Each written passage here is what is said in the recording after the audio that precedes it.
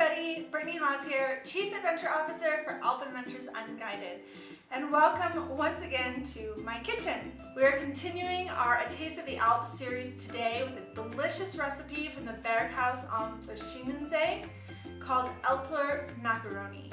It's a very simple dish and a very hearty dish. It's definitely exactly what you would want before a long day of hiking. So we'll talk about the hut, the Berghaus am Schienensee, a little bit later, as well as the trail. Right now, let's get into the ingredients that we need.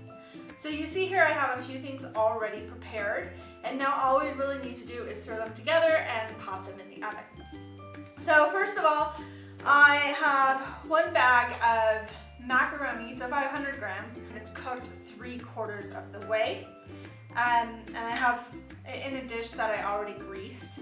So if you are American and you grew up on Kraft macaroni and cheese, you probably picture elbow macaroni when you hear me say macaroni, but really we're talking about some thinner kind of penne type noodles, but I usually use pasta interchangeably, so I would support anything but spaghetti.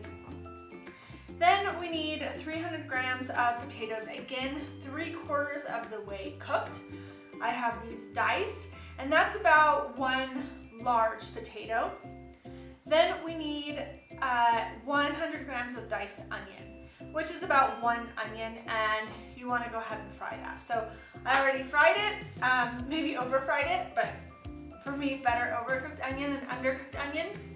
Then you want 200 grams of cubed speck, which is a kind of a smoked, seasoned, specially seasoned ham that you get frequently in Europe.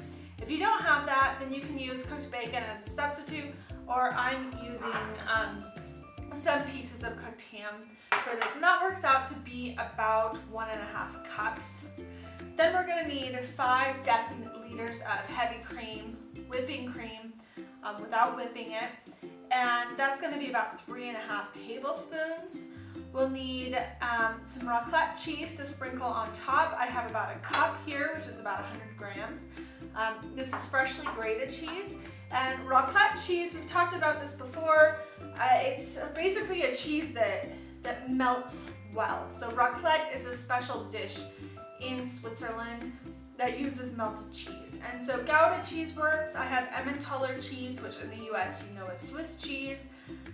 Cheddar cheese would work, but it would not be very authentic to the Alps. So you have a choice of cheeses, just really anything that's going to melt well on top. And then we have some salt and pepper. As I mentioned earlier, I already have my 3/4 cooked noodles in a greased pan. I'm gonna go ahead and add in the potatoes and the onion and the speck or the ham or bacon, whatever you're using for that. Okay, and then we're gonna start by just mixing all of this together here. Then we're gonna season it with some salt and pepper.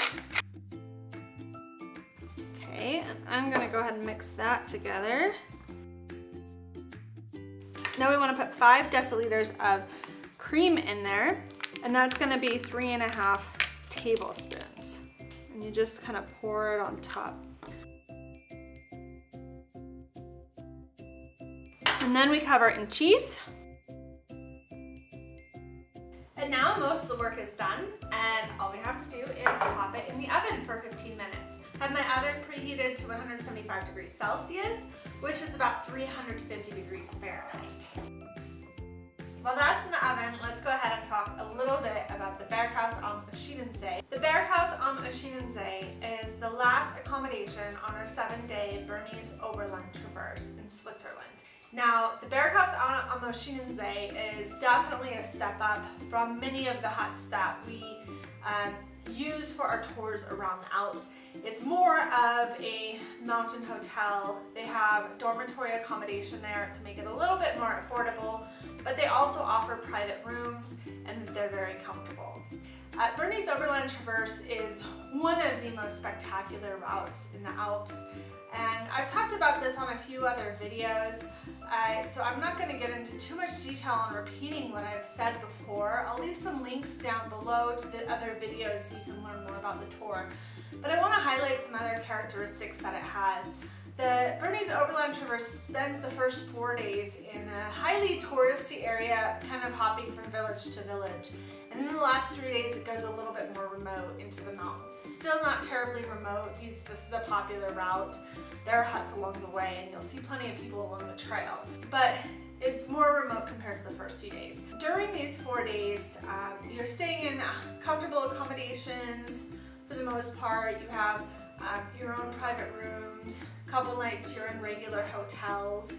And what's really interesting about this is that on every day, instead of walking the route, you would have the option to skip the walk and take a bus, a lift, or a train to connect the route.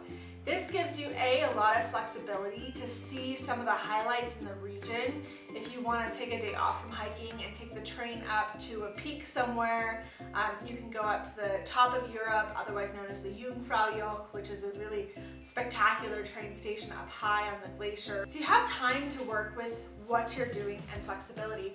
But what's really unique is it's a great trip to do with somebody else who's maybe not so passionate about hiking. So they can hike with you if they want to. They don't have to hike with you, but during the day, if you want to go your own separate way and you hike, your partner can take the train somewhere, go shopping, go see sights, go sit in a cafe and sip Swiss hot chocolate, whatever they want to do. So that makes this a really great option. And then the next few days, you're walking over passes, you have beautiful mountain scenery, beautiful glacier scenery, and then you drop down into the town of Kandersteg. Okay, it's been 15 minutes and I took a peek in the oven and it looks really great. Let's go ahead and grab our Älplermakkaroni. Wow, that looks delicious.